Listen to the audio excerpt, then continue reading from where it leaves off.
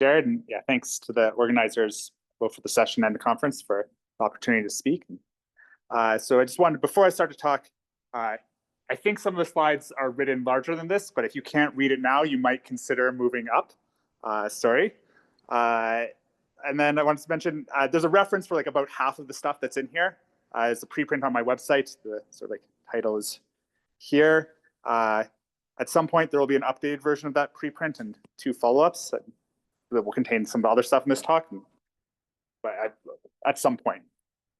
Okay, so let me get started. So we'll fix P a prime number. And the goal of this talk is I want to describe some differentiable structures that sort of come up when you start studying the variation of p-adic cohomology sort of in families of objects in p-adic geometry. So there's sort of 5 sections to the talk. The first is I want to tell you about some different notions of p-adic geometry that will show up here. And then after that, I want to talk about like what the naive approach to sort of introducing differentiable structures is and why it doesn't work. So you have to be like marginally less naive. And then I'll sort of get down to the brass tacks of like actually what can you do. And then there are sort of 2 different approaches I want to describe. One is sort of based on differentiating functions, and one is based on increasing sort of the number of test objects you have available. So that's sort of these points 3 and 4. And then the very last thing I want to talk about sort of brings these perspectives at least partially together and sort of introduces sort of a new tool in relative p-adic Hodge theory that maybe is of some other interest as well. Every slide has way too much written on it. So I won't say everything on every slide, of course. And you probably can't read everything on every slide. The less visible something is, probably the less important it is. At least that's what I tried to do with the colors. And well, the legibility of my handwriting is unfortunately just the legibility of my handwriting. That wasn't intentional, but anyway, just so okay, that's the caveat. Okay, so I want to start by talking about some different notions of p-adic geometry. And so the first sort of real attempt to do geometry over the p-adic numbers was via the theory of p-adic manifolds introduced by Serre. And the idea is very simple. You just sort of take the same definition you'd make of like a real analytic manifold, but you do it over the p-adic numbers, QP, instead of over the real numbers. And so one way you could formulate that is by saying you have a locally ringed space that is locally isomorphic to an open inside of like QP to the n with its sheaf of analytic functions. So what is an analytic function? Well, it's just a function that emits local power series expansions. So there's lots of great examples of this kind of thing, like the unit disk ZP to the D, ZP cross, like GLN of QP or GLN of ZP. Like, in fact, you take any smooth variety and you take its QP points, that will give you a p-adic manifold. P-adic Lie groups. So maybe the most important sort of application of this theory is the study of p-adic Lie groups. So just p-adic manifolds of a group structure, an analytic group structure. Let me just highlight sort of the one big problem with this theory is that it doesn't satisfy analytic continuation. So somehow, if you take like the power series that converge on sort of like a disk of dimension D, like those power series are not all of the analytic functions, because somehow you can sort of instead like make an analytic function by sort of breaking your space apart into smaller disks because it's totally disconnected, and doing sort of functions that converge only on those smaller disks and sort of glue them together. So you don't have analytic continuation in this theory of p-adic manifolds. And that was one of the reasons that Tate introduced the theory of rigid analytic varieties. And basically the idea is you should sort of try and sort of take this p-adic disk and fill in the holes. Okay, one version of the idea is you should try and fill in the holes in some way so that you have analytic continuation. So instead of sort of taking the points of your disk to be ZP, you sort of do some construction that makes your disk have enough points so that the functions on the disk really are just sort of conversion power series. Okay, so this was formalized sort of later on in the language of Huber's adic spaces as sort of this construction R goes to SPA R. So for rigid analytic varieties, you're taking like conversion power series rings modulo ideals. So it looks a lot like doing like algebraic geometry, where you take like a polynomial ring modulo an ideal. And there's some way to sort of build some nice locally ranged space out of those things, and then you glue them together. And that gives you the theory of rigid analytic varieties. One thing this theory is really good for, rigid analytic varieties, is if you have an algebraic variety, you can produce from it a rigid analytic variety, just like the theory of complex analytic spaces in complex geometry. And so you have a way to go from an algebraic variety to an analytic variety in this setting. And really it captures sort of lots of important properties of the algebraic variety, just like in complex analytic geometry. So there's a picture here just sort of to compare these two notions. So here I have in green, this is the disk. So the disk of radius 1, it's the inequality is a closed inequality, and that's still open here.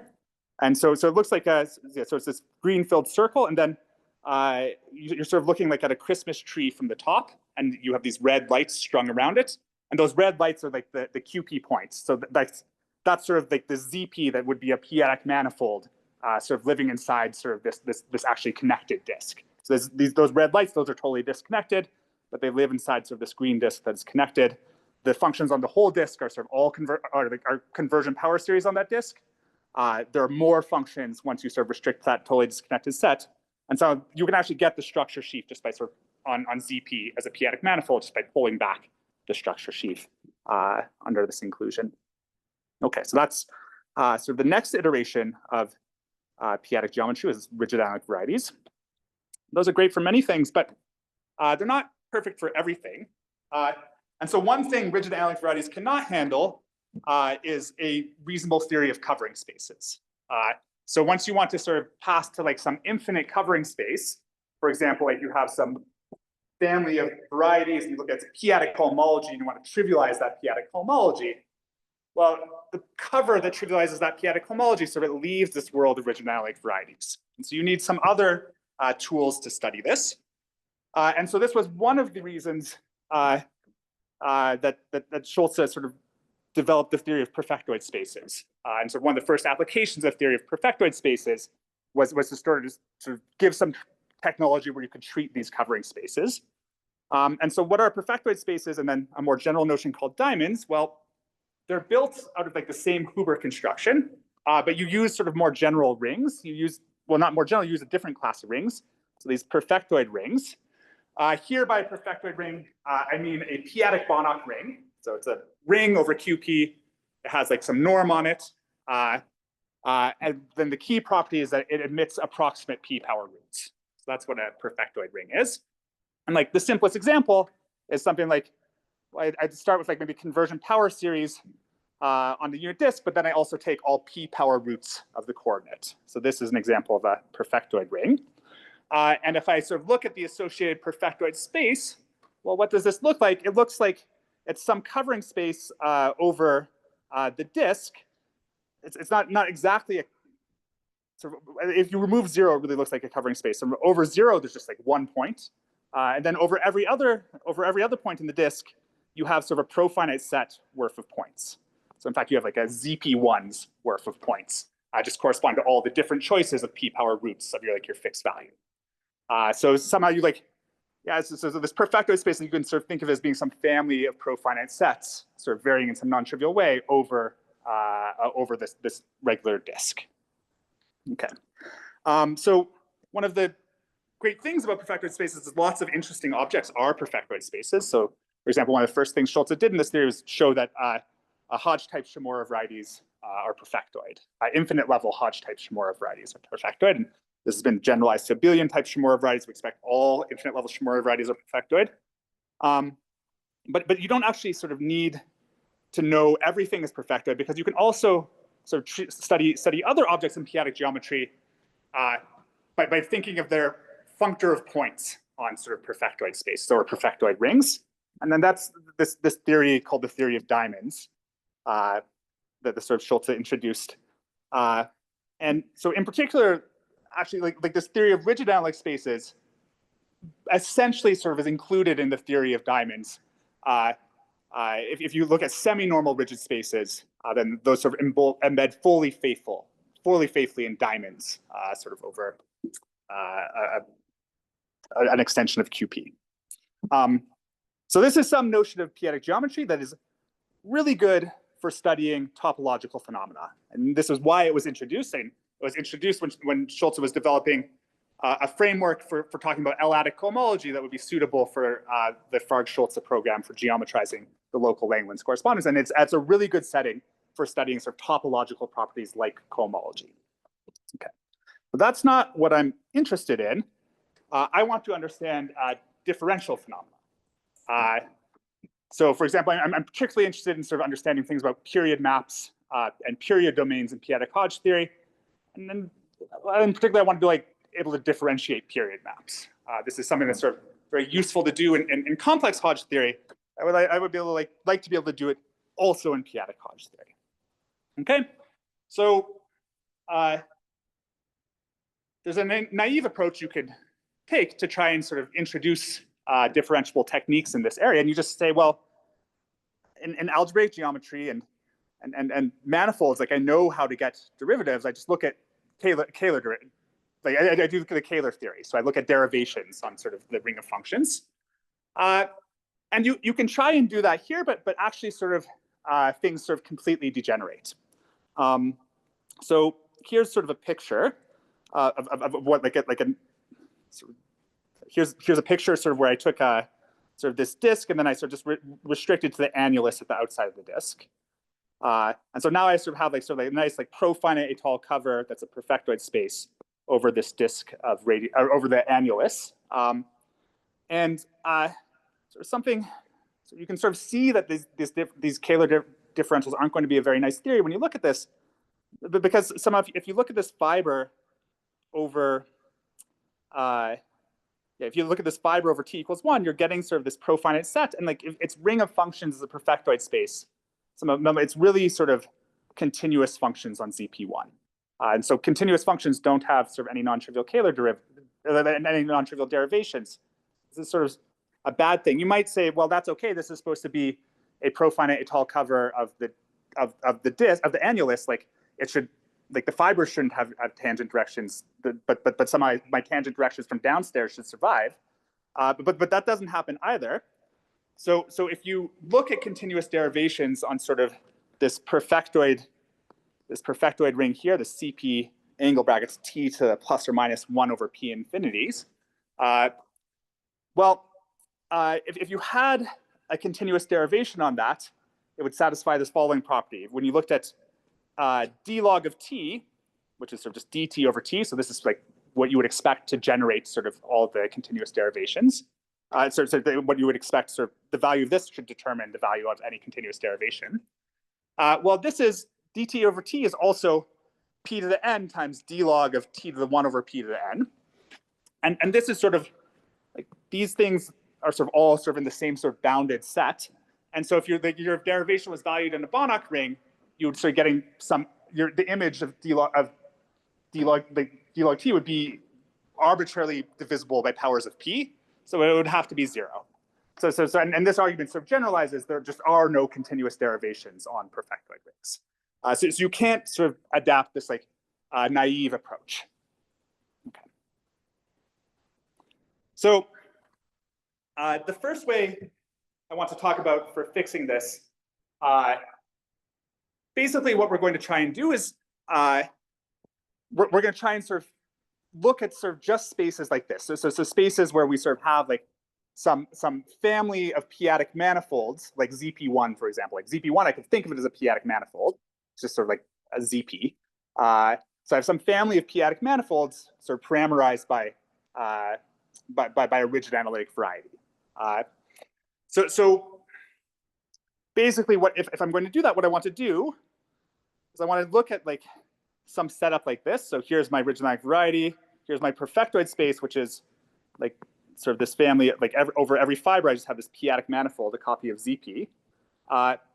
And so the problem in this picture was that my p-adic manifolds sort of were somehow, by the perfectoid theory, that they weren't equipped with the right ring of functions. Instead of being equipped with these locally analytic functions, they got equipped with continuous functions. So you can somehow basically just try and change this, and you can try and sort of use only sort of the right functions on the fibers and see if that fixes all of the problems. And it turns out it sort of does. So let me sort of give a definition. So I don't actually want to say this definition out loud, but just in case there's sort of anyone interested in seeing one written down, I'll leave it up here for a minute. But basically, I mean, you can define a nice notion of a p-adic manifold fibration over originality variety by just saying, well, one, I should have like some profinite set fibration, but then I should also remember sort of like some subsheaf of analytic functions inside of like all of the functions, such that locally, in say like the Pro-Étale topology, there are other choices you can make. This data is isomorphic to just like a fiber product of an actual p-adic manifold, so like the constant family with your originality variety, and the subsheaf is sort of what you. When you have a p-adic manifold, you can talk about the locally analytic functions sort of valued in any Banach ring. And so you sort of take sort of here, and this is sort of a technical point, but the best thing to do here is actually take the sheaf QP underline and look at locally analytic functions valued in QP underline. If you prefer to make a different choice, you will actually get the same theory. But I will say something about that in a minute. But somehow it's sort of, this is actually, yeah, sort of once you sort of sit down and think about it, like this is like the obvious definition to write down for a p-adic manifold fibration. Okay, and there are sort of lots of natural examples of this kind of thing. So for example, if you have a p-adic Lie group torsor over originality variety, like an infinite level Shimura variety, or these other like more general spaces that trivialize a cohomological local system, these can all sort of be equipped. I mean, a priori, in Schulz's theories, these are diamonds, but you can sort of also equip them with this extra structure of a p-adic manifold fibration in a very natural way. You can also sort of then start taking quotients and twisted forms or more general homogeneous spaces. So there's some good reasons actually to leave sort of the setting of just Lie group torsors and work in this larger generality. Yes, of course. Yes.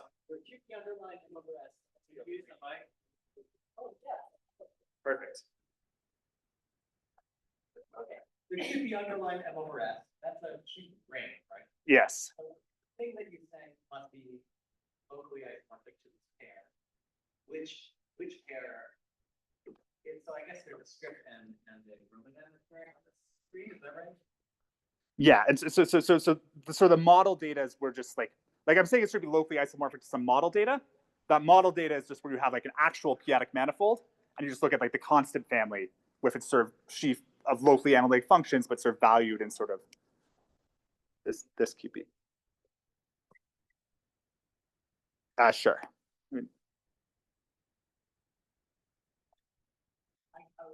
more specific. Yeah. I have script M to S. Script M can have larger dimension than S, or no? Somehow the fibers are p-adic manifolds, and they can have whatever dimension they want. And then S is originality variety, and they can sort of have whatever dimension it wants. Sort of. Wait, does p-adic manifold mean like in the classical sense? Yes, it's in the classical sense. The p-adic manifold means like in 1A sort of first hit you have So some p-adic that's locally profinite set. Yes. So that means that M, the Roman M appear in the product M cross S diamond. Yeah. It's fibers towards the point in S diamond are like those. A profinite sense, yeah.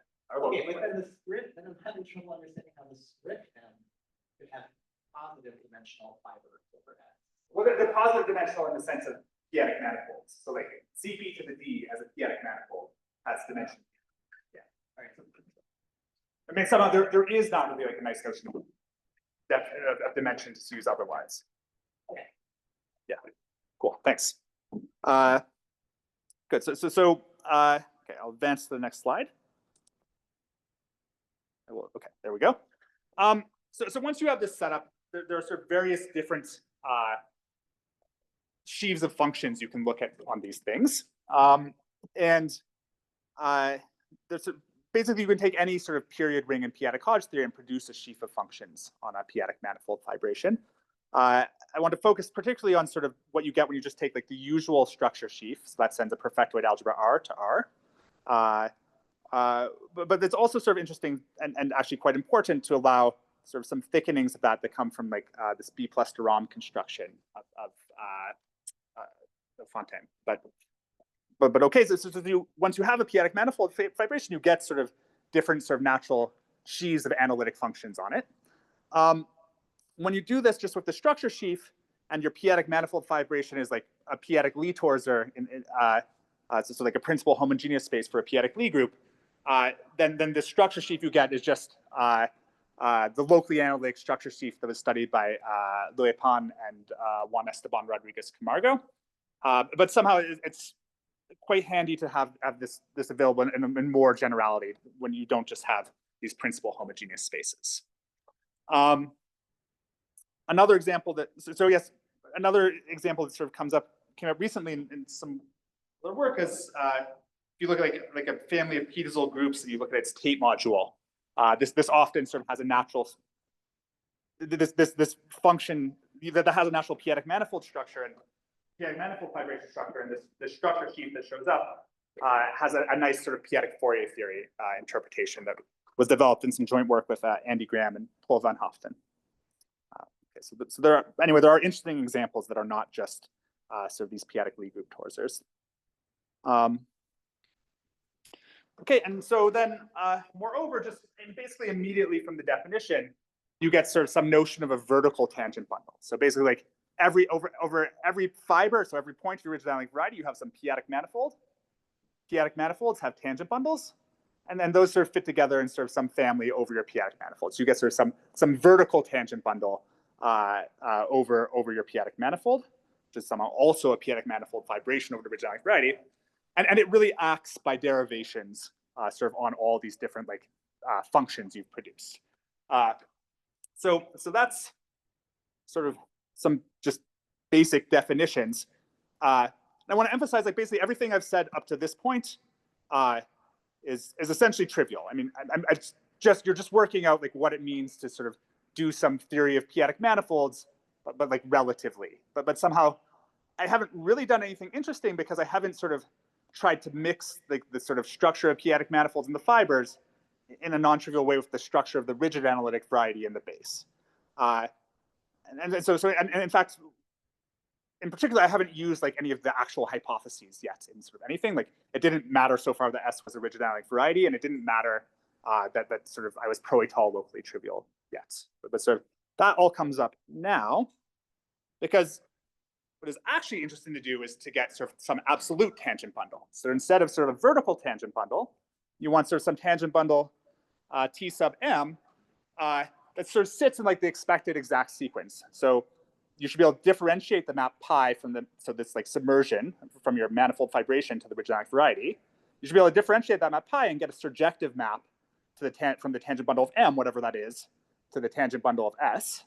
And then the kernel of that should be like this vertical tangent bundle that is sort of easy to define.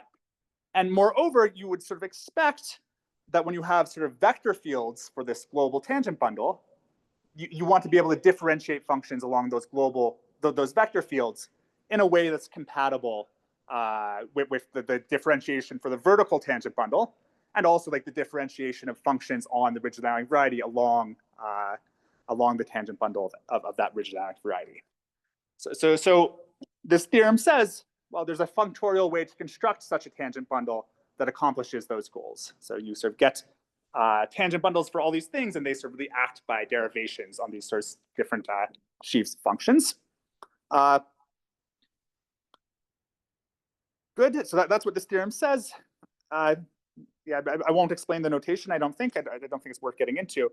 Maybe the one important thing to mention is that the fibers, like the tangent spaces, there's something called Banach-Clomez spaces. So these are sort of some interesting way to mix like QP and CP vector spaces in sort of some non-trivial way that shows up sort of all over the place in p-adic Hodge theory, in the study of period rings in p-adic Hodge theory.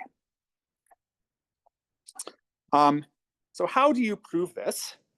Well, one of the key observations is that when you have, like, if you assume this theorem holds, then it actually sort of encodes sort of some important property that was first observed by Luepan and then extended by Juan Esteban Rodriguez Camargo, about this thing called the geometric Sen morphism. So if you have such a thing, you basically reconstruct the geometric Sen morphism. Like if you have sort of this theorem, then you reconstruct the geometric Sen morphism, but by sort of some Tor exact sequence for some type of tensor product.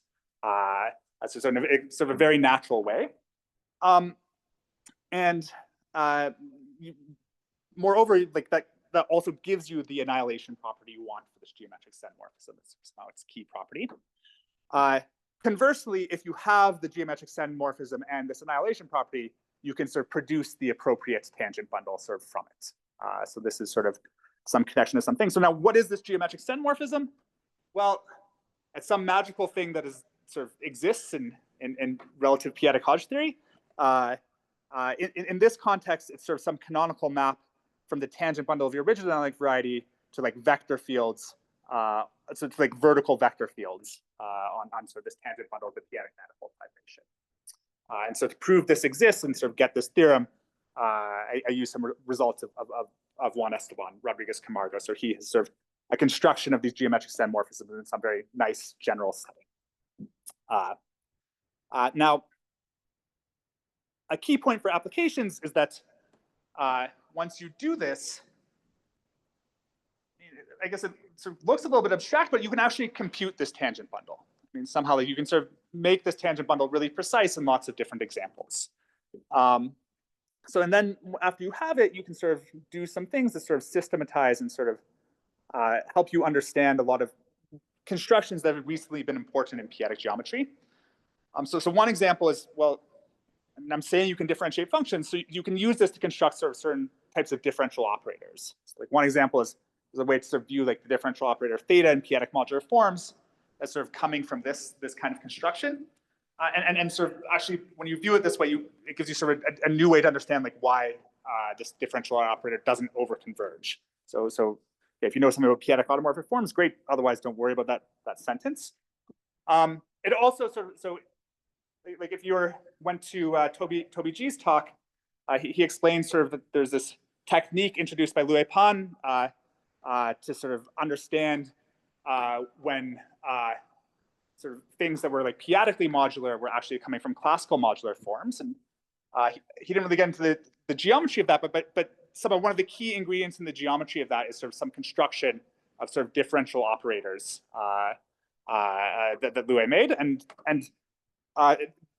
those differential operators, like in the case of like the interlevel modular curve, they come from this tangent bundle. Moreover, you can see like sort of generalizations of those differential operators by using sort of just vector fields in this tangent bundle. So it gives you some nice systematic way to organize these kinds of things. Another thing that has been important, sort of essentially sort of through all of the applications of perfectoid spaces to endiments to p-adic automorphic forms and p-adic cohomology, has been understanding when certain sort of important moduli spaces are themselves perfectoid. So this gives you like sort of knowing something is perfectoid gives you like cohomological vanishing properties, for example. And so this tangent bundle sort of gives you a way you can sort of, well, it gives you a conjecture that describes exactly when sort of these p-adic manifold fibrations, when they're like underlying diamonds, should be actually representable by a perfectoid space.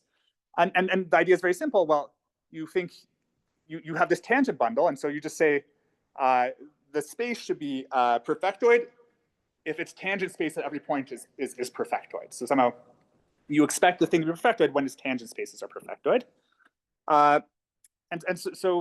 But somehow it's easy to understand when these tangent spaces are perfectoid. Like that's sort of a simple criterion for Banach-Holmes spaces. So this conjecture sort of generalizes and sort of supports a conjecture that Rodriguez Camargo previously made for p-adic Lie torsors, just in terms of the geometric Sen morphism itself. And that was recently sort of the very strong results towards this conjecture proved by Tongmu He. Yeah, but somehow even this conjecture sort of applies beyond the case of Lie torsors, but also it also sort of adds a little bit more. Also gives you like a differential interpretation of like the defect perfectoidness. And this showed up, for example, in some work, joint work with Rebecca Bellevin and Hanlin Tsai, myself, and then also in an appendix written by Tongmu. where we proved this conjecture for like the profinite intel covers of abelian varieties. Okay. So yeah, so there's some things you can do once you have these tangent bundles. Yeah. The remark and the theorem. The remark. So yeah, so the question was, what is the relation between this remark and this theorem? So, I mean, the theorem is saying you can sort of construct some functorial tangent bundle that sort of acts by derivations on functions. The remark is saying basically that proving this and sort of having this is sort of essentially equivalent to sort of some different statements that's sort of much less geometric, but about the existence of sort of some Higgs field that annihilates certain functions. So it's some, yeah, you can think of it as a geometric reformulation of from the fundamental results in geometric set theory. Okay. Okay, so that's sort of what I wanted to say about sort of p-adic manifold fibrations. So the next thing I want to move on is sort of like, it's a different approach to how you could introduce some differential structure into p-adic geometry. And it's basically meant to address sort of what I just said. So like this theorem I stated is very useful, but the construction of these tangent bundles is somewhat ad hoc. I mean, like it's very clearly a natural thing to do from various perspectives, but like it doesn't apply as sort of broadly as you'd like. And for example, like it's not perfect for studying period maps because their period maps somehow like go from like a p-adic manifold fibration, like a Hodge tape period map, for example, will go from like a p-adic manifold fibration to some like rigid analytic variety. But somehow it's not actually like a map of sort of p-adic manifold fibrations in sort of the sense I said this was functorial. So it takes a little bit of work to see that like there is a way to sort of understand why it's differentiable from that perspective, but it's not sort of built into the theory. So what I would prefer, of course, is to have some like category of objects which all have tangent bundles, and then sort of instead of like producing this ad hoc tangent bundle for p-adic manifold fibrations, I would rather like put p-adic manifold fibrations, like upgrade them to sort of like some objects in this category, and then sort of use these intrinsic tangent bundles there. That's sort of the point. And well, okay, this is the point of this section. So I recently introduced one way you can try and do this, and this is something called inscription. So like going back to sort of like everything I've said so far was sort of built on top of this theory of diamonds, where sort of p-adic geometry, like everything was a functor on perfectoid rings. And the basic idea is simple. Like I should have more test objects. I need like these perfectoid rings are really bad for seeing differential structure. Let me add some more test objects that will let me see some differential structure. And there are different ways you could think about doing this. I want one that's going to sort of produce for me tangent bundles that are Banach-Holmez spaces. And so there is sort of a natural sort of way you can do that because sort of, okay, these Banach-Holmez spaces, like they mix QP and CP vector spaces, but there's sort of another interpretation of them where they also come from the geometry of something called the Fargue-Fontaine curve. So these Banach-Holmez spaces, they come from like sections of vector bundles and other coherent sheaves on these Fargue-Fontaine curves. That sort of suggests that if you combine these ideas, you're looking to produce, you're looking to evaluate on sort of some more objects that have differential structures, but you also want to see tangent spaces that are Banach-Holmez spaces. Well, you can try and sort of look at thickenings, like nilpotent thickenings of Fargue-Fontaine curves as your test objects. And so that's sort of what this theory does. Before sort of saying sort of more about that, let me just say something about what a Fargue-Fontaine curve is. So if I have a perfectoid ring over QP, then there's some nice way to prove from that sort of this thing which is called XR flat over QP. This is an adic space, so this lives in sort of Huber's theory. But sometimes it's basically a geometrization of the period rings in p-adic Hodge theory. So in particular, when in the setting you don't just get this curve, you also get sort of a divisor on this curve, which is just sort of your perfectoid space associated to R, living inside this curve. And then you can sort of produce period sheaves out of this information. So for example, if I take global sections of the structure sheaf on the Fargue-Fontaine curve, I just get this period sheaf QP underline that I sort of was using in like the definition of a p-adic manifold fibration. If you, so this is like the locally constant sheaf on the topological space QP. If you take global section sort of on a formal neighborhood of infinity of this divisor, then you get sort of this B plus de Rham ring, which is sort of a limit of sort of nilpotent thickenings of R. So these period rings sort of naturally are encoded in the geometry of this Fargue-Fontaine curve. Okay, and so the category of test objects I'm going to use then instead of perfectoid rings, as I'm going to use, so it's, I write it as XLF plus. So that LF stands for locally free. So these are all going to be locally free thickenings. And this plus stands for some slope condition, some slope positivity or non-negativity condition. And the objects are just, I have a perfectoid ring R, and then I have a locally free thickening of sort of the associated Fargue-Fontaine curve. And then I impose some slope condition. So I don't want to make the slope condition precise. It's not that complicated, but it's more than I wanted to write down on this slide. But the reason there's a slope condition, just for any experts in the room, is to make sure that the moduli stack of G bundles remains open from a deformation theoretic perspective. So this is sort of this is absolutely necessary if you want to do almost anything. This is a very, there's a good reason for the slope condition. Okay, so that's the category of test objects. And then an inscribed V sheaf is going to be some functor on this category that satisfies a few extra properties.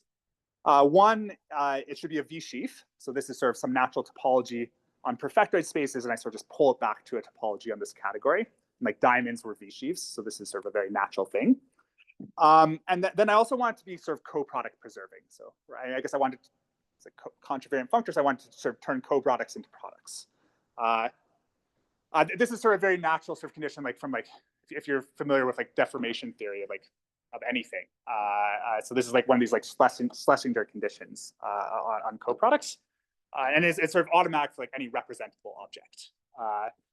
Why do you want that? Well, once you sort of have this category, you can sort of now define sort of tangent bundles. So if you have an inscribed V sheaf, so that's a functor on this category, you get a tangent bundle by sort of just evaluating on, like the tangent bundle evaluated on X is just, you evaluate your sheaf on sort of this thickening sort of further thickened by adding some epsilon that squares to 0 by taking the product of the dual numbers. So now sort of somehow like once you've sort of gone up to this world, like this sort of dual number Kähler theory sort of does actually kind of do something for you. Okay, and then sort of this co-product preserving thing is what you need basically to ensure that this is going to have an abelian group structure. So that sort of somehow it will be a vector bundle of some sense. Yeah. So one of the sort of key things is that, so what was I trying to fix? I was trying to find some world where these like natural p-adic manifold fibrations that show up in sort of all over the place when I study p-adic homology. I want some place where like both those live and where rigid analytic varieties live and where I could sort of talk about maps between them. So I won't prove that all like p-adic manifold fibrations live in this category naturally, but at least all rigid analytic varieties do live in this category, like can be put into this category. So if I have a rigid analytic variety, I can sort of turn it into an inscribed V sheaf just by, if I want to evaluate on some thickening, well, I just sort of pull back this thickening along my divisor, and now I have sort of some thickening of some actual perfectoid ring, and I can just take maps from that sort of adic space into S. And so this sort of upgrades this functor of points to sort of something that has enough room to actually see some differentials. And this satisfies the property where like the tangent bundle of this inscribed, the tangent bundle of this inscribed V sheaf is somehow like the inscribed V sheaf associated to the rigid analytic tangent bundle. This is sort of some nice upgrading of rigid analytic tangent bundles into a world where you can hope to see other things.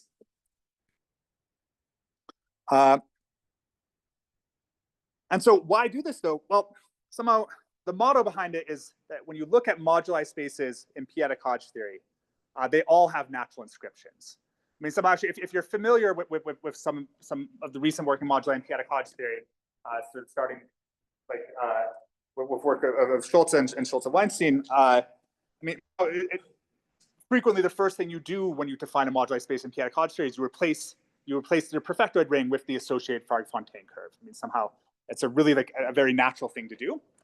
But if you're going to, but then if you look at these definitions, they sort of all the definitions are actually just as good if you had a thickening of a Farg-Fontaine curve instead of just the Farg-Fontaine curve itself. And so that's sort of the rule for how you upgrade sort of moduli spaces to inscribe these sheaves. And so here, like, you can do this for like these things called B plus Durham affine Grassmannians, which are sort of like some better version of flag varieties in this p-adic setting. And they're Schubert cells. You can do this for infinite level Shimura varieties. First, if you believe, there's one way to do it if you believe the Iguza-Stacks product conjecture, which is known in many cases. There's another way to do it sort of using these twistors. I'll describe at the very end. But then also, you can do it for infinite level local Shimura varieties. You can do it for Karyani-Schulte-Iguza varieties. So all of these have natural inscriptions. So natural ways to upgrade them to have some differential structure. And so here I've sort of just like copied some example from this paper, which is, so this MB mu, this is some infinite level local Shimura variety, or there's sort of these non-minuscule generalizations that exist in this world. Sort of like the non-minuscule thing would be like sort of like the period domains for like that weren't algebraic, that were showing up in Zimmerman's talks. And this is sort of classically some perfectoid space, but now we've or when mu is minuscule, it's a perfectoid space, we think. But now we've upgraded with some differential structure. And so this diagram just says like everything you knew that you could do with this space before, you can still do with it in this inscribed world. So it has some like natural group actions on it. Those sort of extend naturally to sort of this inscribed setting. Has natural sort of Hodge and Hodge-Tate period maps and sort of some refinements that go to affine Grassmannians. Those extend to this world. It sort of has a period embedding into a Schubert cell. This sort of extends to this world. So this diagram just says all of these sort of natural structures on this moduli space sort of promote to the inscribed moduli space. But then once you have that, you can do something you couldn't do before, which is differentiate all of the maps in this diagram. And just saying, I think the best way to convince you this is an interesting theory is just to show you sort of what happens when you do that. So you get sort of this big and complicated looking, but in the end, actually very, very explicit diagram that sort of computes sort of the tangent bundles of everything and sort of gives relation, like computes these derivatives in terms of, so this says f dot e dot s dot. So that stands for fundamental exact sequence. And so these things called these fundamental exact sequences of p-adic Hodge theory, which are fundamental to p-adic Hodge theory. And so basically the way you can interpret this diagram is saying all of the differential, these maps are basically computed using sort of fundamental exact sequence, the fundamental exact sequence in p-adic Hodge theory. Okay, the fundamental exact sequences, sorry. Yeah, so there's all sorts of interesting things going on here.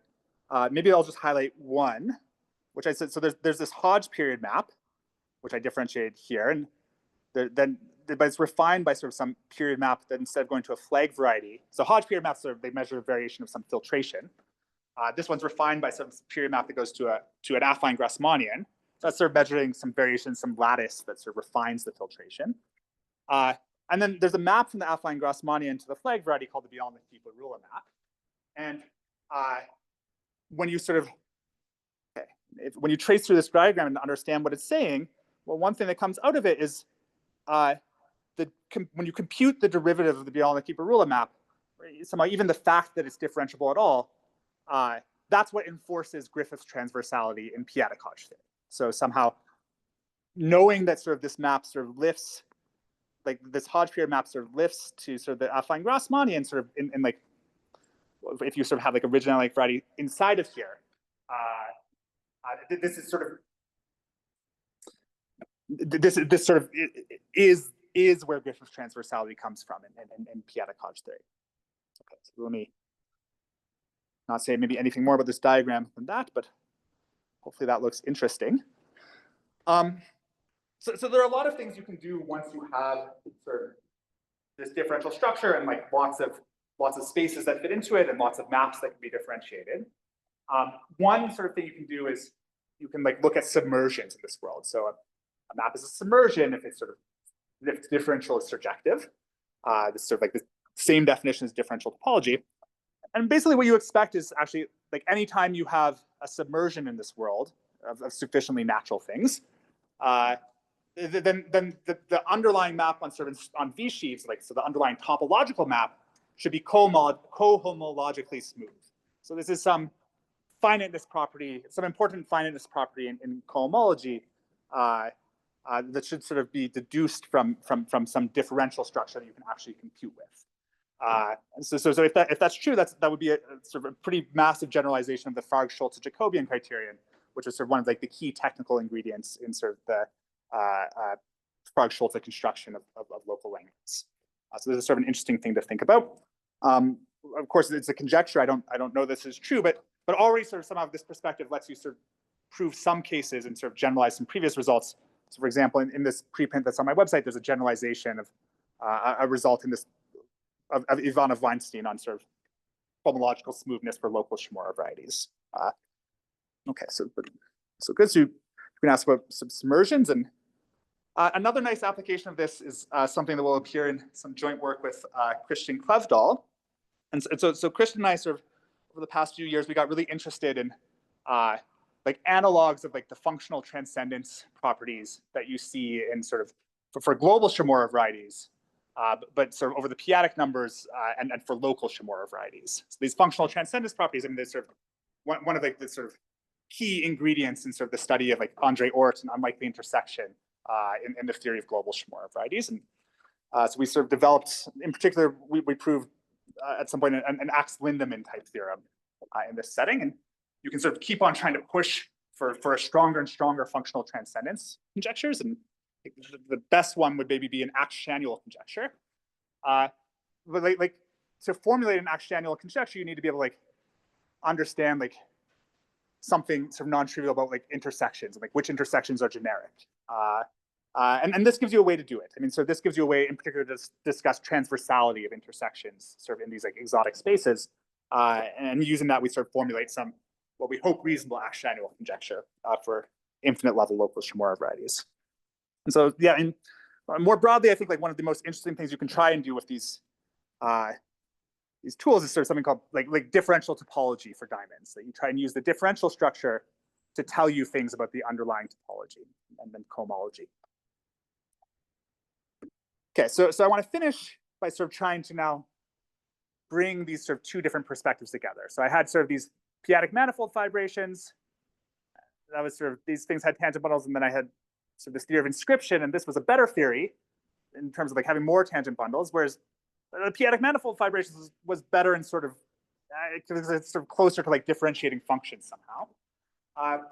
Well, like, okay, really, ideally, I'd like to bring these two theories together.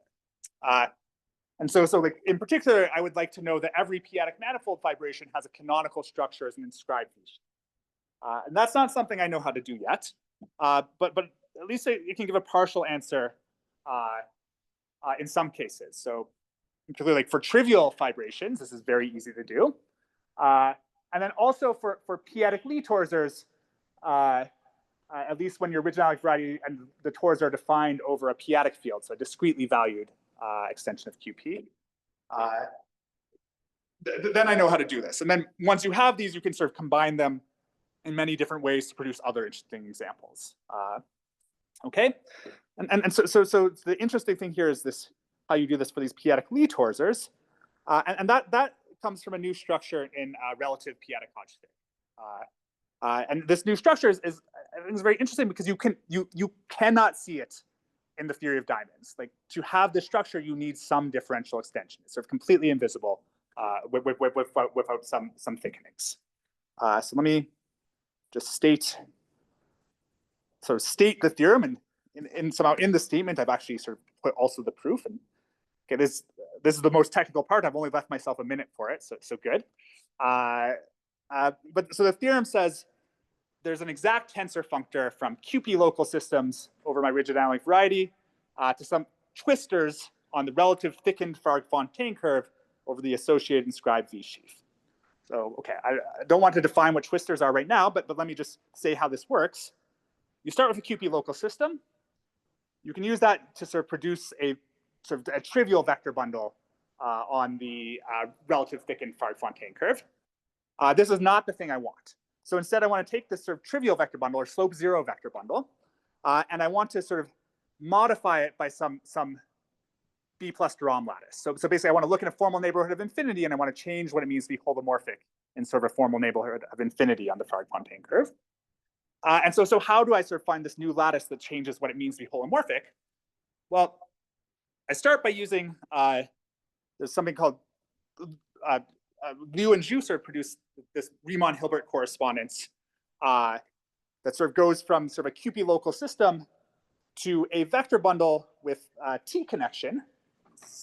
Okay, so like it's a connection, but instead of like your multiplication has a T in it. So T is sort of like the uniformizing parameter at this point, infinity. And what is this on? Well, it's on the base change of S to like the formal spectrum of this B plus de Rham. Okay, so whatever that is. But this is actually a nice locally arranged space. Like you can understand what this means fairly concretely. And then you take this and you sort of define this B plus de Rham jet space of S. And this thing is now an inscribed V sheaf. It's sort of a cover of S. And on this jet, you can pull back this vector bundle to give you a B plus de Rham local system on this jet space.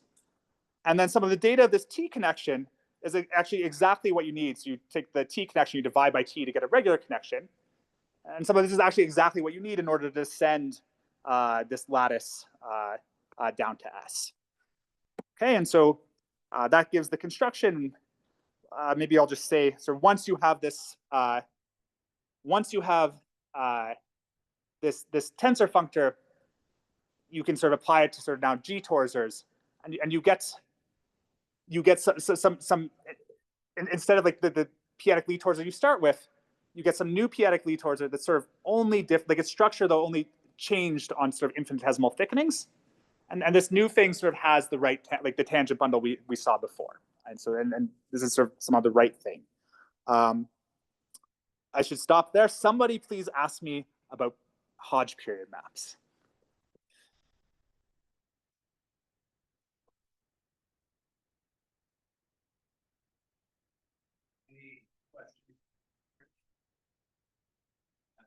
Other questions are accepted too. Sorry.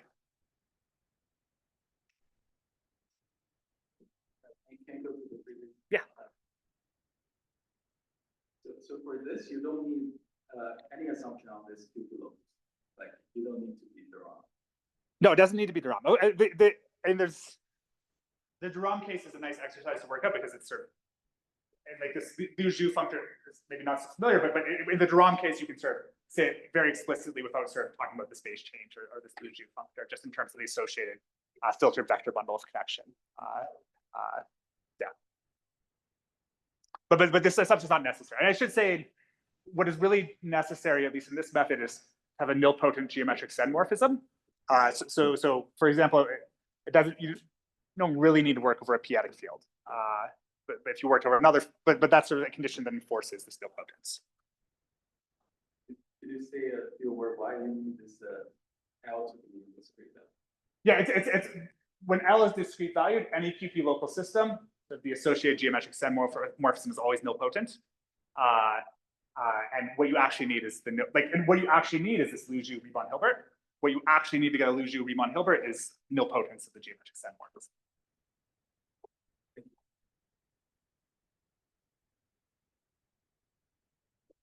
Why do you want somebody to ask you about C?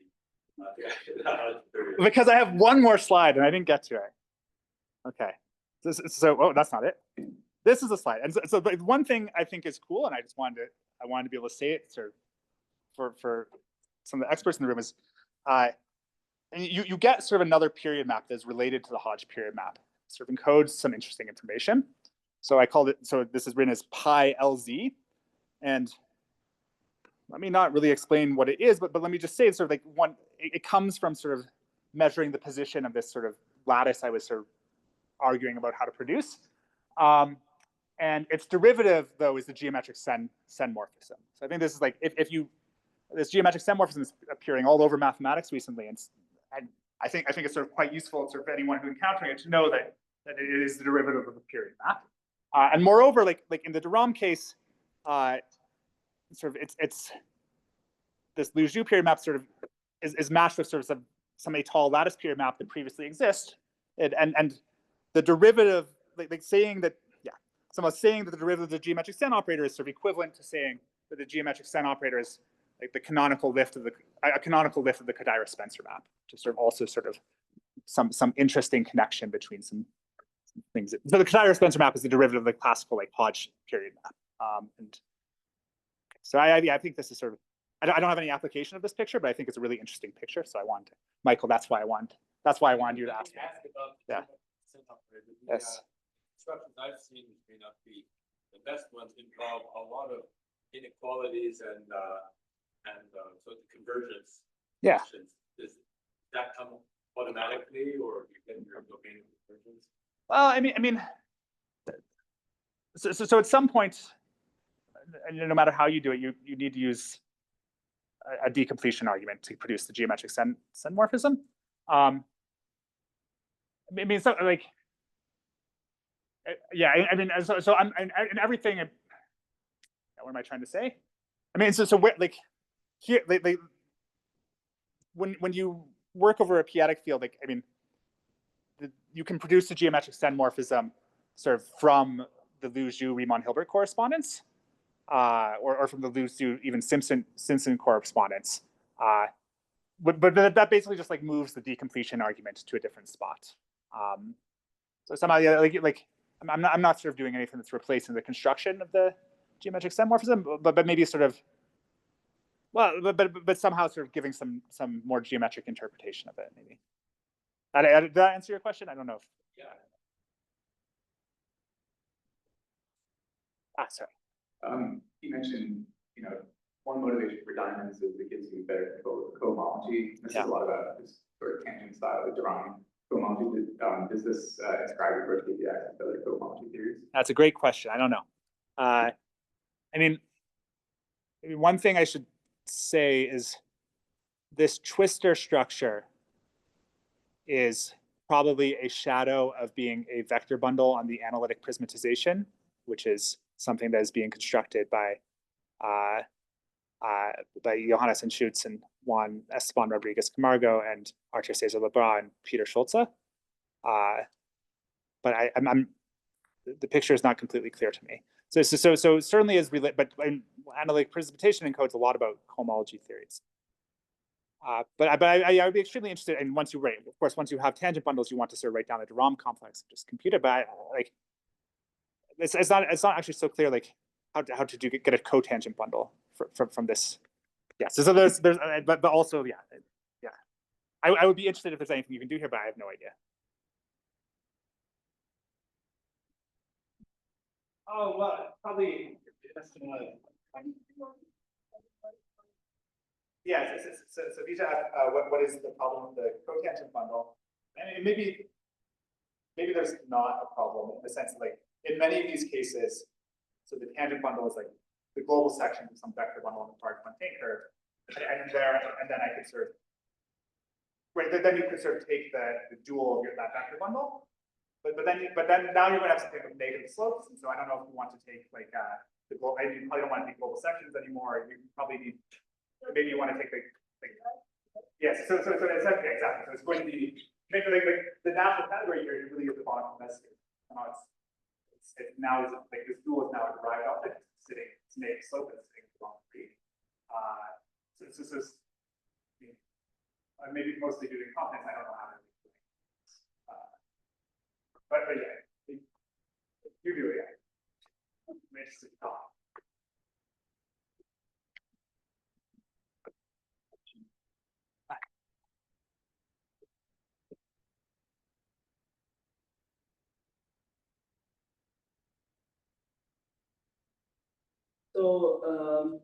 So we have described the structure for p-adic the twistors. Yeah.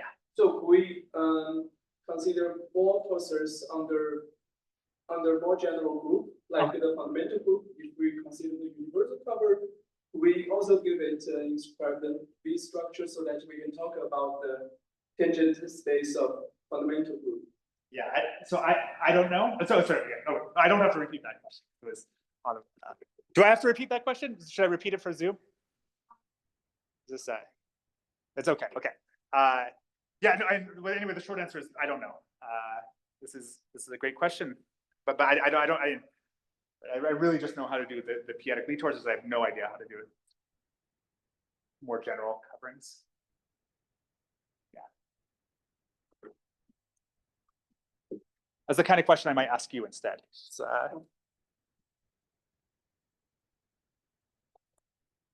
Okay, let's thank our speaker, Sean, again. thank you.